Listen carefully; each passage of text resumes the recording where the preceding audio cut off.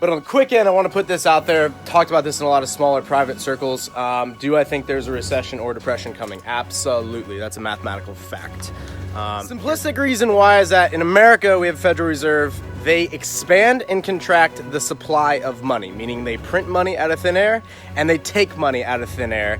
And so all they're doing is they're just manipulating the value that we all exchange. There was a time, actually long ago, that we didn't behave too well as Americans. Like we bought a lot of shit we didn't need. Credit was easy.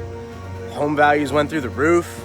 You had all sort of crazy financing. But as Americans, we're like, well, we don't want to pay the consequences of our actions, 08, 09. So we're just going to take a drug and get out of this, which AKA is the Federal Reserve, print money, make all this problem go away, bail people out, do things that are not natural. The issue with printing money out of thin air is that if people ever figured that out and everybody was like, wait a second, this isn't worth anything, there'd be an issue. That will probably not happen in a very, very long time. People seem to think that a $20 bill is worth X amount of value, so that works.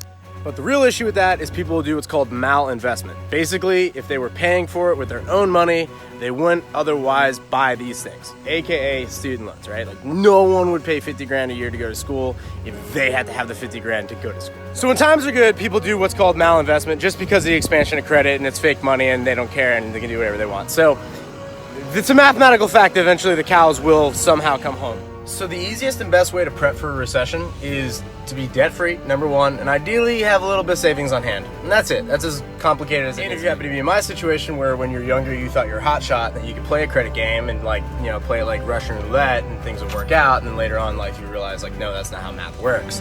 Here's a quick, fast, easy way to start knocking out any small debt. You do what's called a debt snowball. You take your smallest, little, babyest debt, you pay that off, everything you can. You just knock that out. Any extra funds you have, you knock that out. Then what you do is you take the monthly from that debt and you knock it on the next smallest debt. Now there'll be some of you that'll be like, hey, well what about the debt avalanche? Have you ever heard of the debt avalanche, bro? That's where you take the one with the highest interest rate and you pay that one off first. And it's like, yes, mathematically that would be correct, but if we were doing math, we wouldn't be in debt. So then you inevitably land on this one spot where you realize everything in personal finance is about psychology. It is 100% psychology, is nothing else. It's not really a math game, it's a psychological game. So what you do is you work your debt snowball. This is the part where it can get extreme. If you're really, really serious about knocking out debts, stop paying on all your debts except your next one you're knocking out. Nothing's gonna happen. What about my credit score? You gonna use it? I mean, you don't need it. Obviously, it's not working out well for you, right? So just stop. Here's what will happen. That debt number 2, debt number 3, debt number 4, when they haven't been paid in a few months and they're calling you and all of a sudden you're like, hey, yeah, I know I owe 8 on it, but I'll stroke you a check for 3 grand right now, you'll start to notice they all start taking it.